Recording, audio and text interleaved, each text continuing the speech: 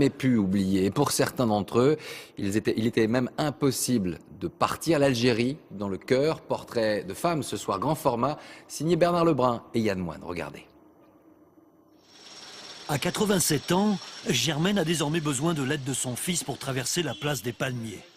Jadis place d'Isly. Et depuis l'indépendance, place du 1er novembre, la Toussaint Rouge, le jour du soulèvement. Née en 1925 sur cette terre, Germaine appartient à la 4e génération des Ripoll. Algérienne et française, les deux à la fois. Une famille qui a pris racine ici au 19e siècle. Bien sûr, elle a son franc-parler, Germaine, la restauratrice d'Arzeux. Et le grand départ de 1962, elle ne l'a pas compris.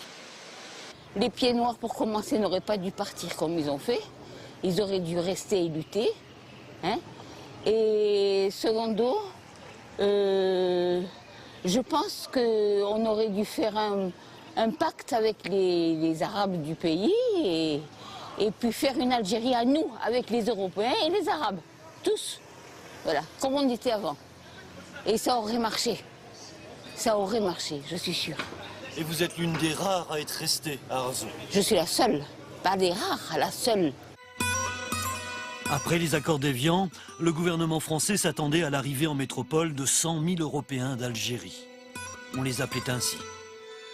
Mais ils furent 1 million de pieds noirs à traverser la Méditerranée, fuyant les règlements de compte du FLN et les attentats de l'OAS.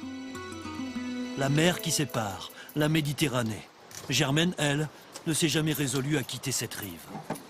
Regardez ma petite crique comme elle est jolie. Là où, enfant, elle a appris à nager. Dans la boîte à photographies jaunie par les années, s'entasse toute une vie d'Européenne en Algérie. Me voilà encore quand j'étais jeune. Mais hier comme aujourd'hui, jamais Germaine ne semble avoir connu la peur. Quand je monte dans une voiture, et c'est toujours des Algériens qui conduisent, « Ah, Madame Germaine, heureusement vous êtes là. Vous êtes le pilier d'Arzeux. Il faut vraiment, on vous admire. » C'est merveilleux, ça. Hein, c'est merveilleux. Alors que j'ai toujours été pour une Algérie française. Et tout le monde le sait. Hein. Mais quand tu as touché un cheveu d'un Algérien, jamais de la vie. Cohabiter dans le respect des différences. Ils ne sont plus qu'une poignée de Français à vivre ce quotidien, comme ici, à Blida, où l'imprimerie Mauguin a pignon sur rue depuis 1857. Bon, c'est bon, monsieur Metaoui.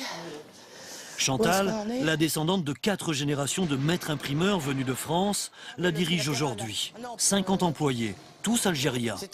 Comme elle, dit-elle, née à Alger en 1946.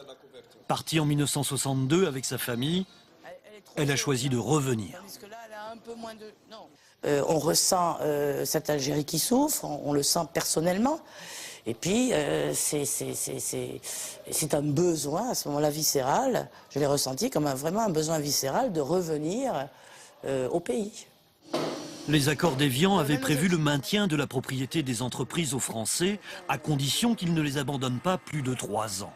Et ce fut le cas dans cette imprimerie dont Chantal est l'héritière et la propriétaire. Mais l'important est ailleurs. Le choix du cœur, comme elles disent, de Germaine à Arzeux et de Chantal à Blida, fait qu'un dialogue se poursuit en Algérie.